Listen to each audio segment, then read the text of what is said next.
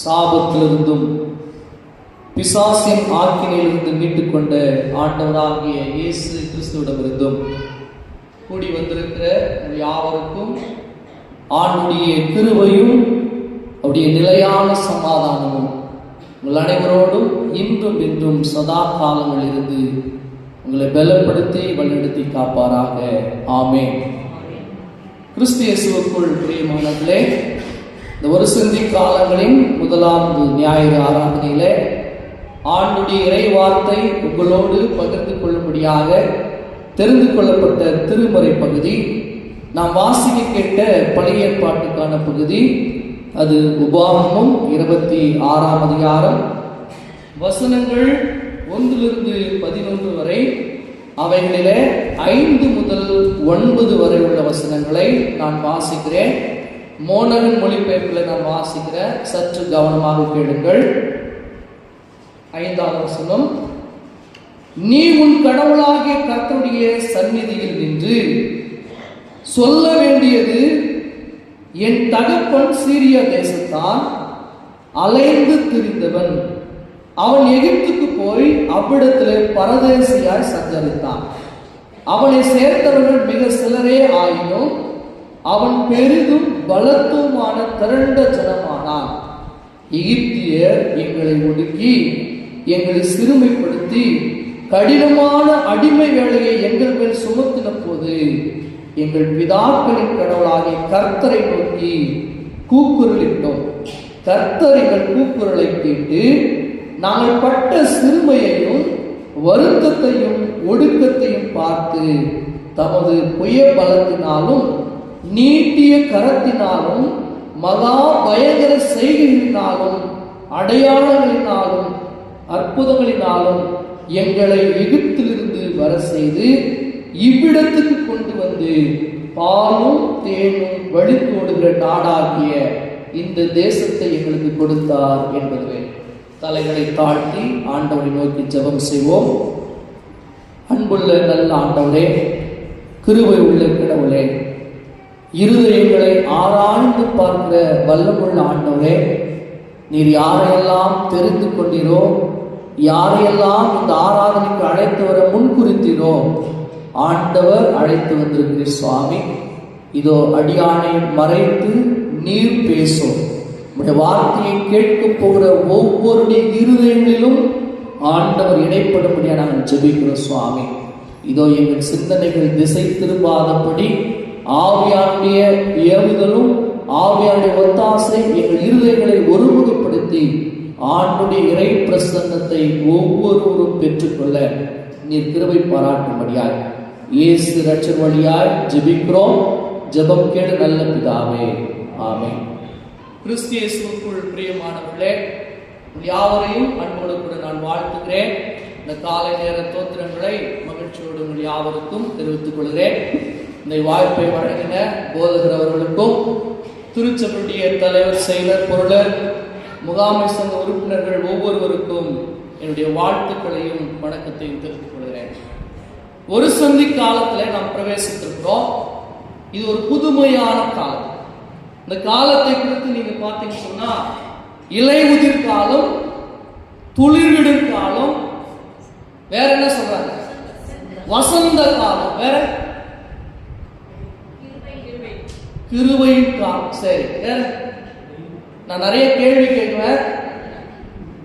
வேற என்ன காலம் இது? அறுப்பின் காலம் தெரியல. தாசு காலம். குறிப்பாக கிறிஸ்துவனுடைய வாழ்க்கையில இந்த 40 நாள் ரொம்ப முக்கியமானது. கிறிஸ்துவனுக்கு மட்டும் இல்ல, இப்போ ஒரு இன்னொரு மதத்துக்கு என்ன ஆயிடுது, நோம்பு துவங்கி இருக்குது தெரியுங்களா? இஸ்லாமியம். அப்போ இஸ்லாமியர்கள் நோம்பு அனுசரிக்கிறாங்க, கிறிஸ்தவர்கள் உபவாசிக்கிறாங்க. மற்ற மதத்தினர் என்ன செய்யறாங்க? விரதம் இருக்கிறாங்க. அவங்க வாரத்துல 2 நாள் 3 நாள் விரதம் இருக்கிறாங்க. சரி, சற்று யோசித்து பாருங்க, நோம்புக்கும் விரதத்துக்கும் உபவாசத்துக்கு என்ன வித்தியாசம் இருக்குது? என்ன வித்தியாசம்? இந்த காலங்களில் நிறைய பக்திமான்களா மாறுவாங்க கிறிஸ்தவர்கள். பீடி குடிக்க மாட்டாங்க, தண்ணி அடிக்க மாட்டாங்க, சில பேர் பூ வச்சுக்க மாட்டாங்க, சில பேர் சிலர் கறி சாப்பிட மாட்டாங்க, டெய்லி உட்காந்து ஜெபம் பண்ணும். நீதிமான் ஆயிட முடியுமா? அப்ப இந்த உபவாச காலத்துடைய நோக்கம் என்ன? முதல் வாரத்துக்குள் பிரவேசிக்கிறோம். 40 நாள் நீங்க நிறைய பார்த்தீங்கன்னா வலைத்தளங்கள்ல 40 நாள் ஜபம் இருக்குது, ஆன்லைன்ல இணைங்க.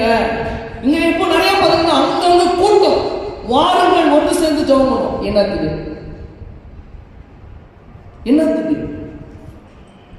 எப்பயாவது யோசித்து பார்த்துருப்பா, உபவாசம் என்பது என்ன? ஏன் ஆண்டுடைய சமூகத்துல நான் காத்திருக்கணும்? இன்னைக்கு முதல் வாரமே ஆழமான சத்தியங்களை நாளை கடவுள் நம்மளோடு பேசுகிறார். சிந்தித்து பார்க்க வேண்டும். இன்றைக்கான இந்த தியான பகுதியில இஸ்ரவேல் மக்கள் இங்க வனாந்திரத்திலிருந்து கானானுக்கு போறாங்க. 40 வருஷம் பட்ட பாடுகள், துன்பம், வேதனை. அவங்க எகிப்தில் வாழ்ந்த போது 430 வருஷம் சிறைவாசம் அனுபவிச்சாங்க. அந்த துன்பத்தை எல்லாம் சொல்றாங்க. பின்னாடி இப்போ இந்த அதிகாரம் கடைசி வருது. அவர்கள் வனாந்திரத்துல மிகுந்த செழிப்பா வாழ்ந்தாங்க. கரிசோறு சாப்பிட்டாங்க, மன்னாவும் காடை சாப்பிட்டாங்க. இப்ப எங்க போறாங்கன்னு சொன்னா கானானுக்குள் போறாங்க. அப்ப அந்த கானானுக்குள் போகும்போது கடவுள் அவங்களுக்கு கொடுக்கிற கமாண்ட்மெண்ட் தான் இந்த அதிகாரம். இதுல என்ன சொல்றாரு மோசே கிட்ட? நீங்க வாசித்து பார்த்தீங்கன்னா 28ஆம் அதிகாரம் 1ஆம் வாசிப்போங்களா? 28:1 மணியம்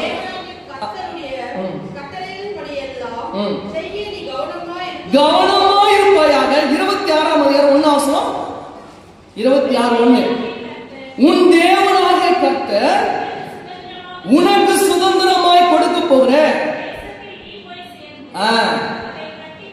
அதை கட்டி கொண்டு 2ஆம் வசனத்துல வாசம் பண்ணும் போது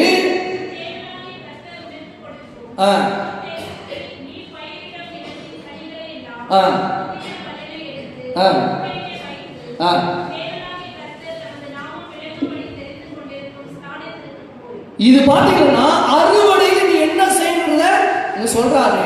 ஆனா அது பின்பகுதியில பாத்தீங்கன்னா 5ஆம் வசனத்துல இருந்து என்ன சொல்லணுமா? 5ஆம் வசனம் ஒருத்தர் வாசிக்கலாம்.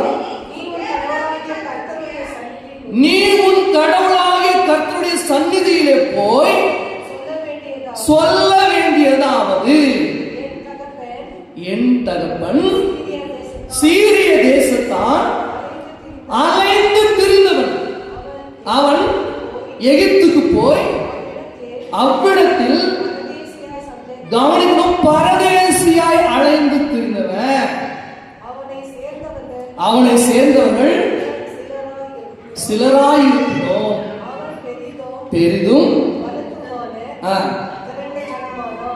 இப்ப பாத்தீங்கன்னா ஆண்டவர் இந்த தவச நாட்களிலே, இந்த உபவாச நாட்களிலே முக்கிய நோக்கம் என்ன? நாம் அனைவரும் கடவுளுடைய சன்னிதானத்தில் நின்று நம்மை நாமே ஆராய்ந்து பாருங்கள். ரொம்ப முக்கியமானது. எனக்கு என்னுடைய வாழ்க்கையில நான் கடவுளுக்கு பிரியமான வாழ்க்கையை வாழணும்னு சொல்லி ஆராய்ந்து பார்க்கக்கூடிய காலம் தான் இந்த தவச நாட்கள். ஆனா இந்த தவச நாட்கள் என்ன ஆயிடுச்சு? பேஷனா மாறிடுச்சு. அதனுடைய அர்த்தம் என்னன்னு தெரியல, அதனுடைய நோக்கம் என்னன்னு தெரியல. ஆனா அந்த கடவுள் தெளிவாச்சுதா, இந்த தவச நாட்களிலே, உபவாச நாட்களிலே ஆண்டுடைய சன்னிதானத்தில் நின்று நான் எப்பேற்பட்ட வாழ்க்கையை வாழ்ந்து கொண்டிருக்கிறேன் என்று சிந்தித்து பார்க்கணும் ஒவ்வொருவரும். ஆனா ஆண்டுடைய சன்னிதானத்தில் நிற்கும் போது சொல்றாரு, நீ அவருடைய சன்னிதானத்தில் நிற்கும் போது என் தகப்பன் அப்போ ஒவ்வொருவரும் வாழ்க்கை திரும்பி பார்க்கணும். நீங்க நாம் திரும்பி பார்க்கணுமா? நிறைய பேர் சொல்றது முன்னோக்கி போறது, பின்னாடி எல்லாம் முடிஞ்சு போச்சு, முன்ன ஓடுன்றாங்க. இல்ல, இந்த நிலைமையில நீ இருக்கும் போது உன் வாழ்க்கையை பின்னாக திரும்பிப்பார். நீங்க கடவுள் என்னை எப்படியெல்லாம் நடத்தி வந்திருக்கிறார், நீங்க கடவுள் என்னை இன்னைக்கு ஜீவனோடு வைத்திருக்கிறார் என்று சொன்னால் என்னுடைய பலமோ பராக்கிரமோ ஒண்ணுமே இல்லை. நீங்க வாசிக்கிட்ட முறையான சங்கீத பதிலாக சொல்றாரு, நமக்கு என்ன இருக்குன்னா கடவுள் நமக்கு என்ன இருக்கிறாரு? அரணா இருக்கிறார், பலனா இருக்கிறார். உன்னதமானவருடைய மறைவில் இருக்கிறவன் சர்வ வல்லவருடைய நிலையில் தங்குவான். அவருக்கு அதுக்கப்புறம் நீங்க பார்த்தீங்கன்னா கடவுள் எனக்கு எதெல்லாம் செய்திருந்தார், ஒவ்வொரு நாள் என் வாழ்க்கையை எப்படியெல்லாம் பாதுகாக்கிறாரு. எத்தனை சந்தோஷத்தை, சமாதானத்தை, என் வாழ்க்கைக்கான அனைத்து நன்மையை செய்கிற கடவுளுக்கு நான் என்னத்தை செலுத்திருக்கிறேன்? என் வாழ்க்கை எப்பேற்பட்ட வாழ்க்கையை வாழ்ந்துருக்கிறேன்? சற்று சிந்தித்து பார்க்கணும். இன்னைக்கு அன்புக்குரிய கடவுளுடைய பிள்ளைகளை, நாம் கடவுளுடைய சன்னிதானத்தில் நிற்கும் போது தான் நமக்குள்ள பெருமை வருது, நமக்குள்ள என்ன வருது? புகழாரம் வருது, நமக்குள்ள கர்வம் வருது. இல்ல, நீ வெளியில் எங்கேனா வச்சுக்கோ, ஆனா கடவுளுடைய சன்னிதானத்தில் வரும்போது தன்னை தாழ்த்தி கொள்ள வேண்டும். கடவுளுடைய வார்த்தை தான் சொல்றது, கடவுள் பெருமை உள்ளவனுக்கு எதிர்த்து நிற்கிறார். ஆனா இன்னைக்குதான் இங்கதான் பெருமை. நீ ஒண்ணுமே இல்லை. சிந்தித்து பாருங்க, அற்பமாய் போயிடுவோம். நான் இல்லைன்னா ஒண்ணுமே, நான் இல்லைன்னா ஒண்ணு. ஆனா ஆண்டவர் சொல்ற, நீ கடவுளுடைய சன்னிதானத்தில் நிற்கும் போது உன்னை தாழ்த்திப்போ, உன்னை மனக்குப்புற விழுந்து மன்றிடு. ஏன்னா கடவுள் உள்ளத்தை பார்க்கிறவர். நாம் நினைச்சிருக்கலாம், நான் செய்த பாவம் யாருக்குமே தெரியாது. 3 பேருக்கு தெரியும். யாராருக்கெல்லாம் தெரியும்? நான் செய்த பாவம் எனக்கு தெரியும். என் மனைவிக்கு தெரியுமா? கணவருக்கு தெரியுமா? என்ன பெற்றெடுத்த அப்பா அம்மாவுக்கு தெரியுமா? அப்ப யாருக்கு தெரியும்? மனசாட்சி தான் நான் ஆச்சேன். கடவுளுக்கு தெரியும். மூணாவது எனக்கு தெரியும். 2வது கடவுளுக்கு தெரியும். 3வது பிசாசுக்கு தெரியும். இன்னைக்கு வாசி கேட்ட சங்கீத நற்செய்தி பகுதியில ஆண்டவரை சோதிக்கும் போது பிசாசு கேட்கிறான், நீ தேவகுமாரனே ஆனால் இந்த கல் அப்பமாறான். ஏன் பிசாசுக்கு தெரியாத தேவகுமாரனே? தெரியும். ஆண்டவர் உள்ளான அடிக்கிறான். நீ வந்தது எதுக்கு எனக்கு தெரியும், நீ இதெல்லாம் செய்ய, நான் செய்யறேன். அன்புக்குரிய கடவுளுடைய பிள்ளைகளே, ஆண்டுடைய சன்னிதானத்தில் நிற்கும் போது நான் பாவியா, நீதிமானா, குற்றவாளியா, கடவுளுக்கு கொடுத்த பொறுப்புகளில, குடும்ப வாழ்க்கையில, சமூகத்துல நான் என்னெல்லாம் பாவம் செய்திருக்கிறேன்? சிந்தித்து பாருங்க. அதான் சொல்ற, உன் தகப்பனை பார்ப்பான். உன் தகப்பன் சீரிய தேசத்தான். அவன் எப்படி இருக்கிறான்? அலைந்து திரிந்தவன், பரதேசியாய் வாழ்ந்தவன், சாப்பாட்டுக்கு வழி இல்லாம எகிப்துக்கு போனவங்க, அங்க போய் பெருளான ஜனம், அடிமையா இருந்தவன். ஆனா கடவுள் கூக்குரலை கேட்டு இன்னைக்கு உனக்கு வாழ்வு கொடுத்திருக்கிறாரே, உன்னை மகிழா வாழ செய்திருக்கிறாரே, சமூகத்தில் உனக்கு பொறுப்பு கொடுத்திருக்கிறாரே, உயர்வை கொடுத்திருக்கிறாரே, சுகம் பலன் ஜீவனை கொடுத்திருக்கிறாரே. இத்தனை நன்மைகளை பெற்றுக் கொண்டிருக்கிற நீங்கள் ஆண்டோடைய சமூகத்துல தன்னை தாழ்த்திக் கொள்ள வேண்டும் என்று தவிர கர்வம் கொள்ளவே கூடாது. நிறைய பேர் ஆண்டோடைய சமூகத்தில் தான் நான் ஒண்ணுமே இல்லை. அப்படி ஒரு மனுஷனை பார்க்கிறோம் வேதாகமத்துல. லூக்கா எழுதின நற்செய்தி 18ஆம் அதிகாரத்துல ஒரு பரிசேயன் வருகிறான். பரிசேயன் வந்த உடனே ஆண்டவருடைய சன்னிதானத்தில் நின்று சொல்றான். என்ன சொல்றான்? தேவனே, நல்லா பரிகாரர், அநியாயக்காரர், விபச்சாரக்காரர், மற்ற மனுஷரை போலவும் இந்த ஆயக்காரை போல இல்லாததினால் முதல்ல தன்னை நீதிமானா காட்டுறான். நான் தான் உத்தம, நான் தான் பரிசுத்தவன் காட்டுறான். 2வது சொல்றான், நான் உங்களுக்கு என்னெல்லாம் செய்யறேன்? வாரத்துல 2 நாள் உபவாசிக்கிறேன், தசமத்தாக கொடுக்குறேன், எல்லாம் வச்சு செய்யறேன். அடுனே ஆண்டவர் அந்த பாவியான ஆயக்காரர் என்ன பண்றான்? நல்லா கவனிக்கணும். பரிசேயன் தேவாலயத்துக்கு முன்பாக நிற்கிறான். ஆனா ஆயக்காரன் இருக்கிறான் எங்க? அது தூரம், ஆலயத்துக்கு வெளியே மண்டிட்டு வந்துட்டான். எப்படி வந்துட்டான்? ஒரு மண்டு வந்துட்டு அவன் சொல்றான், கண்களை ஏறெடுத்து துணியாமல், அவன் சொல்லுகிற வார்த்தையை பாருங்க, ஏன்னா வானத்துல கடவுள் சிங்காசனத்துல வீற்றிருக்கிறான்னு கண்ணை பார்க்கல. அவன் சொல்ற வார்த்தை, தன் மார்பில் அடித்துக் கொள்றான். அடிச்சுக்கிட்டு, தேவனே பாவியாக என்மேல். இப்படி யார் இதுக்கு முன்னாடி சொல்லிக்கிறாங்களா? வேதாகமத்துல ஒரு ஜனமே சொல்லிக்குது. யார் வந்த?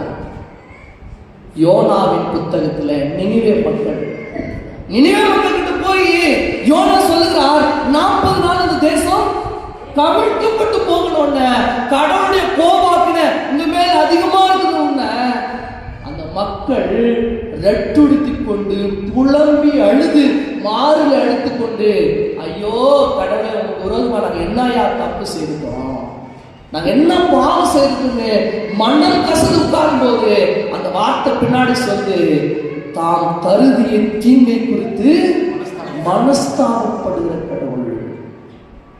ஆண்டவர் இயேசு சொல்லுகிற ஆரம்ப நற்செய்தி நூல்ல, இவன் அல்ல அவனே நீதிமானாக்கப்பட்டிருக்கிறான். நீங்க அன்புக்குரிய கடவுளுடைய பிள்ளைகளை, ஆண்டுடைய சமூகத்தில் வந்திருக்கிற நீங்கள் நானும் நம்மை நாமே ஆராய்ந்து பார்க்க வேண்டும். நம்முடைய உள்ளம் அவருக்கு தெரியும். 139 சதவீதத்தில் தாவீது சொல்றார், என் உள்ளம் கிரியைகளை ஆராய்ந்து அறிந்திருக்கிறவர். நான் உட்கார்ந்து அவருக்கு தெரியும், எழுந்திருக்கிறது தெரியும். வானத்துக்கு போனால் அங்கே இருக்கிறாரு, பாதாளத்தில் படிக்கப்பட்டாலும் அங்க சொல்லுவாரு, உமக்கு விரோதமா நான் எங்கே ஓடி ஒளிவேன்? நான் எங்கேயுமே ஓட முடியாது. ஏன்னா உங்களுடைய கண்கள் எப்பொழுதும் என்னை நோக்கி கொண்டே இருக்கிறது. அன்புக்குரிய கடவுளுடைய பிள்ளைகளை, கடவுளுடைய பார்வையிலிருந்து நம்ம தப்பவே முடியாது. இன்னைக்கு கேமரால இருந்து தப்பிடலாம்.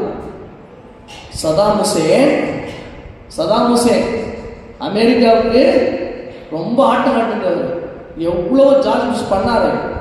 அப்போ நீங்க பார்த்தீங்கன்னா சதாம் ஹுசேன் ஒளிந்ததுன்னா ரொம்ப நாள் கண்டே பிடிக்க முடியல, கடைசியாக தான் அவங்க பண்றாங்க. ஆனா கடவுளுக்கு முன்னாடி நம்ம எங்க ஒன்றாலும் ஒழிய மாட்டார், எங்க ஒளிந்து கொண்டாலும் மாட்டார். ஆனா ஒரு காரியம் செய்தால் விட்டுருவார். என்ன அந்த காரியம்? நான் மனஸ்தாபம். நீங்க இந்த 40 நாள் தவம் காலம் ஆண்டுடைய சமூகத்தில் உட்காரும் போதெல்லாம் நான் என்னெல்லாம் விரோதமா பாவம் செய்திருக்கிறேன் சாமி என் குடும்ப வாழ்க்கையில. அதனால்தான் நம்ம பாவரைக்கு ஜெபத்தில் சொல்றோம், என் மனதினாலோ வாக்கினாலோ நடக்கையினாலோ, அந்த வெகு விதமானதுக்கு டேஷ் கொடுப்பாங்க. வெகு விதமான, அந்த வெகு விதமானா என் எண்ணங்களினாலே மற்றவருடைய வாழ்க்கை. நீங்க நாம நினைக்கிறதா எப்படிக்கிறோம்னா நம்ம வாழ்க்கையை பார்க்க மாட்டோம். நீங்க நல்லா சிந்தித்து பார்த்தீங்கன்னா, கடவுள் எனக்கு கொடுத்த குடும்ப வாழ்க்கையை நான் பார்க்க மாட்டேங்கிறேன். எனக்கு அழகான மனைவி தந்துக்கிறாரு, பிள்ளை தந்துக்கிறாரு, குடும்ப வாழ்க்கை தந்துக்கிறாரு, சமூகத்துல சாப்பாடு எல்லாம். ஆனா நான் என் குடும்பத்தை பார்க்க மாட்டேங்கிறேன். என்னுடைய கண்கள் எல்லாம் எங்க இருக்கு? அடுத்தவங்க மேல இருக்குது. இன்னைக்கு நிறைய குடும்பத்துல நிம்மதியும் சமாதானம் இல்லாததுக்கு காரணம், கடவுள் உன் வாழ்க்கையை நீ ஆராய்ந்து பார்க்க மாட்டேங்கிற. அவன் வீடு வாங்கிட்டான், அவன் பைக் வாங்கிட்டான், அவன் உயர்ந்துட்டான், அவன் இப்படி இருக்கிறானே, நான் மட்டும் எப்படி இருக்கிறேன்? நான் இன்னைக்கு இருக்குது கடவுளுடைய கிருபை என்பதை நாம் சிந்தித்து பார்க்கணும். அடுத்தவங்களை நினைச்சு வாங்கினா ஒரு பிரயோஜனம் இல்லை. அடுத்தவங்களால நீ பரலோகம் போகவே முடியாது. என்ன யோசித்து பாரு, நம்முடைய வாழ்க்கையை நிதானித்து பாருங்க. முன்னாடி நான் எப்படி இருந்தேன், இன்னைக்கு கடவுள் எனக்கு என்ன நினைச்சிருக்கிறாரு. ஆனா நாம் பல நேரங்களில் கவலைப்படுறது, அடுத்த நாளைக்கு என்ன, அடுத்த நாளைக்கு என்ன, அடுத்த நாளைக்கு என்ன. அடுத்த நாள் நாளை தினம் என்பது என்னுடைய கரத்தில் இல்லவே இல்லை. நாளைக்கு என்ன நடக்கும் தெரியுமா? தெரியாது. கேலண்டர்ல நல்ல நேரம் நாளைக்கு 12 மணிக்கு ராவு காலம் போடுறாங்க. அதை பார்த்துதான் நிறைய பேர் நம்ம திருமண நாளை கறிக்கிறோம். யோசித்து பாருங்க, நாமளே கிறிஸ்தவம் கூட நல்ல நேரம் பார்த்துப்போம். வெளியே இல்ல சொல்றோமா இல்லையா? யோசித்து பாருங்க, கல்யாணத்தில் கூட போடுறோமா இல்லையா? தப்பு. நாளைக்கு என்ன நடக்குது தெரியுமா? விஞ்ஞானம் வளர்ந்துருக்கு, அறிவு பெருத்து கொண்டிருக்கிறது. நாளைக்கு என்ன நடக்குதுன்னு நீங்க சொல்ல முடியுமா? நீங்க விஞ்ஞானத்தினால செவ்வாய் கிரகத்துல இப்ப தண்ணி இருக்குதுன்னு சொல்லிட்டான், கடல் நீர் இருக்குதுன்னு. செவ்வாய் கிரகத்துல எங்கன்னே தெரியல, வாழ்கிற வாழ்க்கையை அவன் நிதானிக்கல. செவ்வாய் கிரகத்துல தண்ணி இருக்குதுன்னு சொல்றான். மனுஷனுக்கு மரணம் எப்போது வரும்னு சொல்றான்? ஏன் சொல்ல முடியல? அது ஒண்ணு மட்டுமா சொல்ல முடியல? கருவிலுக்கு குழந்தைய சொல்லிடுறாரு. கருவில் நல்லா சிந்தித்து பாருங்க. கருவில 3வது மாதம் வளர்கிற குழந்தை ஊனமா இருக்குன்னா ஆத்து விட்டு வீட்டாளர்கள் கண்டுபிடிச்சான். ஏன் மரணத்தை மொத்தம் எங்க சாமியை வேண்டிக்குங்கன்னு சொல்லிடுறேன் டாக்டரே. சிந்தித்து பாருங்க. இன்னைக்கு கடவுள் நமக்கு என்னதான் நன்மை செய்கிறாரு. நீ வாசி கேட்ட சங்கீத பக்கத்தில் தெளிவா சொல்றாரு, உன்னை பாதுகாக்கும்படியே தூதர்களுக்கு கட்டளையிட்டு இருக்கிற கடவுள், உன்னை ஒவ்வொரு நாளும் கண்ணின் மணியை போல பாதுகாத்துக் கொண்டிருக்கிற கடவுள், இத்தனை வாழ்வை பெற்றுக் கொள்கிற நான் ஆண்டுடைய சன்னிதானத்தில் நிற்கும் போது தன்னை நீதிமானாக காட்டுகிறேன், தன்னை உத்தமன்னு காட்டுகிறேன். பெருமை வேற எங்கன்னா பண்ணிக்கோ. ஆனா கடவுளுடைய சமூகத்துல பெருமை பாராட்டினா என்ன பண்றாங்க? கடவுள் வேற எந்த காரியத்துக்கான எதிர்த்து நின்றுக்கிறாரா? வேதாந்தத்துல சிந்தித்து பாருங்க. வேற எந்த காரியத்துக்காவது கடவுள் எதிர்த்து நிற்கிறாரா? விபச்சாரம் செய்த பெண்மணி கிட்ட எதிர்த்து நின்றாரா? அவன் மனசாப்பதான் மன்னிச்சிட்டார். நல்லா யோசிச்சு பண்ண. கொலை செய்துவிட்ட எதிர்த்து இல்ல, கொலை பாதகமாய் கடவுள் மன்னித்தார். விபச்சாரத்துல கை வைமாய் மன்னிப்பட்ட பெண்ணையும் மன்னித்து மறுவாழ்வு கொடுத்தாரு. தப்பு செய்வதால். ஆனா கடவுள் எதிர்த்து நிற்கிற ஒரே ஒரு காரியம் பெருமை. அது தாங்க முடியாது, அது தாங்கவே முடியாது. கடவுளுக்கு முன்னாடி நான் யாரு? மண்ணு என்று நினைவு கூறு. எங்கள் பேராசிரியர் மாணிக்கராஜ், நாங்கள் இறையல் கல்லூரி படிக்கும் போது மாணிக்கராஜ் சொல்லுவார், நீ நிற்கும் போது அவருடைய சன்னிதானத்தில் பாதம் மண்ணில் படணும். எப்படியா? நீ நிற்கும் போது பாதம் மண்ணில் படணும். மண்ணில் பட்டு நீ சொன்னோம், நான் மண் என்று நினைவு கூறுகிறேன். என் வாழ்க்கைன்னா மண்ணு பூச்சடிக்கக்கூடியது, அழிந்து போகக்கூடியது. இந்த மண் என்று ஆண்டவரே ஒரு சமூகத்தில் நினைவுகிறேன். ஏன்னா கடவுள் மனுஷனை படைக்கணும் மண்ணினாலே படைச்சாரு. ஆனா இன்னைக்கு நம்ம எத்தனை பேர் மண்ணு நினைவு கூறோம்? சிந்தித்து பாருங்க. நம் பிள்ளைங்களுக்கு அதை சொல்லிக் கொடுக்குறோமா? நாம் கஷ்டப்பட்ட போது கடவுளை தேடணும். நான் இன்னைக்கு சுகமா வாழும் போது என் பிள்ளைய கோயிலுக்கு கூட்டினாங்க. நீங்க நிறைய குடும்பத்துல பிள்ளைகளை நடத்த வேண்டிய வழியில நீ நடத்தலன்னா அடுத்த கிறிஸ்தவ நீ மறைந்து போயிடும். இன்னைக்கு அமெரிக்க நாட்டில் அப்படிதான் நடக்குது. நீங்க நல்லா சிந்தித்து பார்த்தீங்கன்னா ஒரு ஆய்வறிக்கையில சொல்றாங்க 75% அமெரிக்க தேசத்துல கடவுள் நம்பிக்கையற்றவங்களா மாற்றாங்க. உலகம் எங்கும் சத்தியத்தை சுவிசேஷத்தை கொண்டு போனவங்க அமெரிக்கக்காரர்கள் தான். ஆனா தான் சொந்த நாட்டில் சொல்லாததுனால இன்னைக்கு 75% மக்கள் கிறிஸ்துவ நம்பிக்கையற்றவர்களாக தேவாலயங்கள் மூடப்பட்டிருக்கிறது. தேவாலயங்கள் பாரா மாறி இருக்குது. தேவாலயங்கள் ஓட்டலா மாறி இருக்குது. தேவாலயங்கள் லாட்ஜா மாறிச்சு. காரணம் என்ன? கடவுளுடைய சன்னிதானத்துல தன் பிள்ளைகள் தாமது நிக்கிறதுக்கு மனம் இல்லை. நீங்க எல்லாமே நீங்க பாருங்க. இந்தியாவில இருந்து நீங்க பக்கத்து தமிழ்நாட்டில் திருவண்ணாமலை ஒன்று இருக்குது. அங்க பார்த்தீங்கன்னா எல்லாம் வெள்ளக்காரங்க. கங்கை நதியில் போய் பாருங்க, நிறைய பேர் வெள்ளக்காரங்க. அவங்கெல்லாம் கடவுள் நம்பிக்கைச்சு போனதுக்கான காரணம் என்னன்னா அவங்க கடவுளுடைய சன்னிதானத்தில் தான் யார் என்பதை உணர்வே இல்லை. நீங்க நாம் கூட பல நேரங்கள் அப்படிதான் வாழ்ந்து கொண்டிருக்கிறோம். இந்த தவச காலத்தை பயன்படுத்திக் கொள்வோம். இயற்கை பயன்படுத்திக் கொள்ளுது. இயற்கை ஒவ்வொரு மரங்களும் இந்த காலத்தை சரியாக பயன்படுத்திக் கொள்ளுது. எப்படி? அந்த மரத்துல பழுத்த இலைகள் காற்று அடிக்கும், சாய்ந்து கொடுப்போம். சாய்ந்து கொடுத்தோம் தன் பழுத்த இலைகள் எல்லாம் உதிர்விட்டு புது இலைக்கு தயாராகும். நீ கிறிஸ்தவ வாழ்க்கையும் கடவுள் கிருபையாய் கொடுத்திருக்கிறார். அந்த வசந்த காலத்தை நாம் இருதயத்துல பழுத்த நிலையில் இருக்கிற கோபம், மனஸ்தாபம், பொறாமை எல்லா அகத்தையெல்லாம் உதறிவிட்டு புதிய தலைகளாய் துளிர்விட நம்முடைய இருதயத்தை கடவுளை ஒப்புக்கொள்வோம். ஏன்னா கடவுள் கிருபையாகவே மன்னிக்கிறார். அவருடைய இரக்கங்களுக்கு முடிவே இல்லை. மனுஷனுடைய அன்புக்கு முடிவு இருக்குது. அப்பா அம்மாவுடைய பாசத்துக்கு முடிவு இருக்குது. பிள்ளைகளுடைய பரிவுக்கு முடிவு இருக்குது. ஆனால் நம்மை உருவாக்கின கடவுளுடைய அன்புக்கு அளவே இல்லை, முடிவில்லாத அன்பு. இன்னைக்கு அதுதான் பவுல் அழகா சொல்லுகிறார் ரோமர் புத்தகத்துல, உன் வசனம் உன் பக்கத்திலே இது பயன்படுத்திக்கோ. எங்க இருக்குன்னா உன் அருகாமையில இருக்குது, பயன்படுத்திக்கோ. நீ பயன்படுத்தாத விட்டனா நாம் என்ன ஆயிடுவோம்? செல்லா காசா மாறிடுவோம்.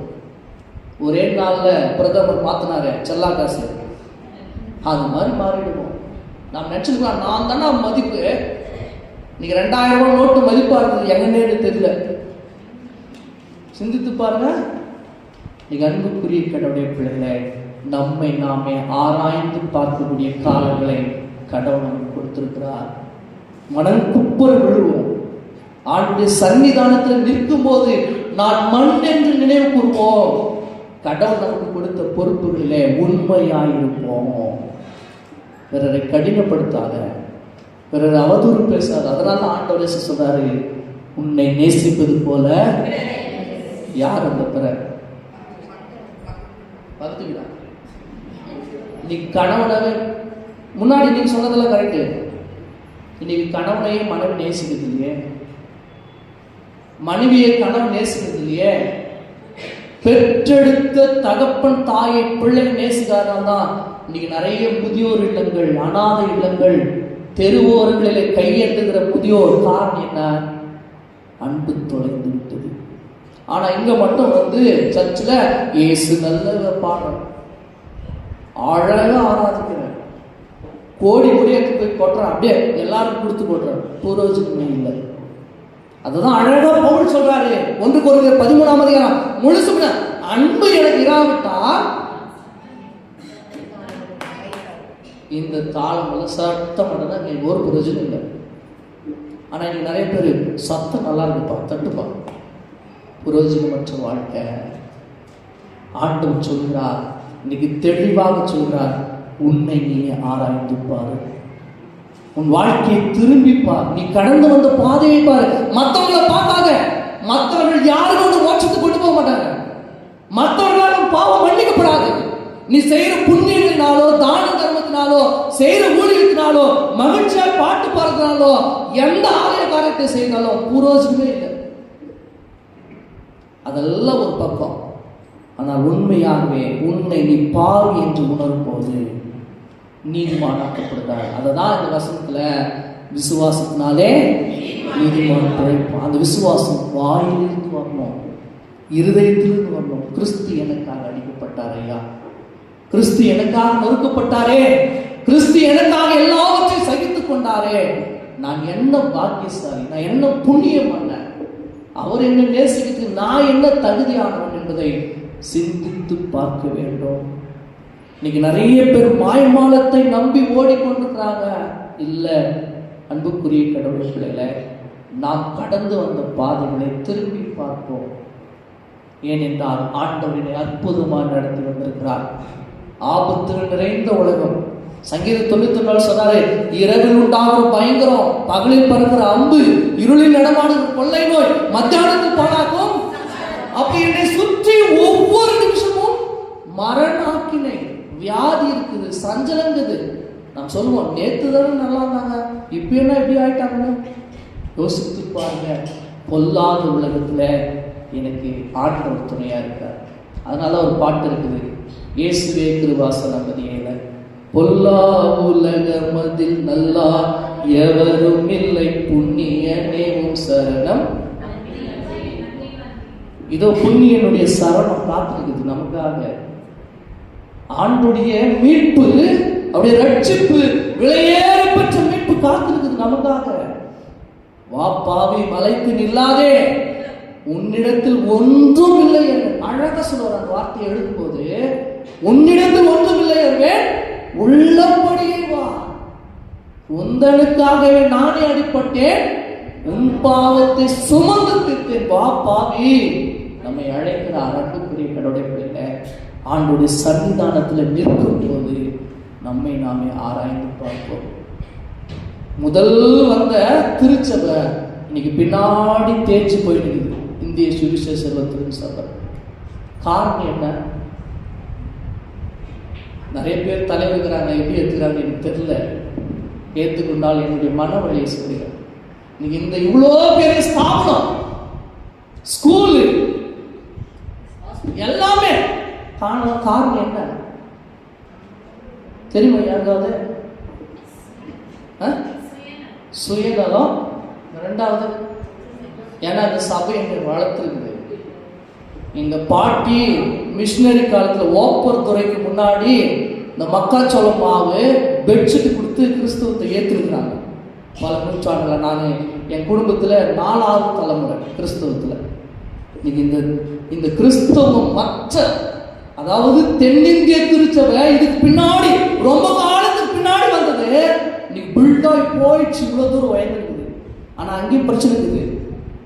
ஆனா இந்த இந்திய சுவிசேஷம் இவ்வளோ தூரத்துக்கு நாசனமானதுக்கு காரணம் என்னன்னா, கடவுளுடைய சன்னிதானத்துல தன்னை தாழ்த்திக் கொள்ளாததுனாலே. நல்லா பாத்தீங்கன்னா ஏசாயா 5ஆம் அதிகாரத்தில் ஆண்டவர் தெளிவான ஒரு உதாரணத்தை சொல்றாரு. எனக்கும் என் திராட்சை தோட்டத்துக்கும் நியாயத்தை சொல்லு. கடவுள் சொல்றாரு, எனக்கும் என் திராட்சை தோட்டத்துக்கும் நியாயத்தை சொல்லுங்க வாங்க. என்ன அது பரதேசி ஆயிடுச்சு. நான் அதை கொண்டு வந்து உயர்குல திராட்சை செடியாக நட்டு வேலி போட்டு கொத்தி எரு போட்டு தண்ணி ஊத்தி நல்ல பழங்களை தரும் எதிர்பார்த்திருந்தேன். ஆனா அதுவும் தந்தது கசப்பான பழம். அதுக்கு நான் என்ன செய்ய போறேன்? முதல்ல வேலி எடுத்து போட போறேன். வேலி எடுத்துட்டா போதும். நீங்க இந்திய சுவிசேஷத்துல திருச்சபையில வேலி எடுக்கப்பட்டனால தான் பிச்சுச்சு எல்லாம்.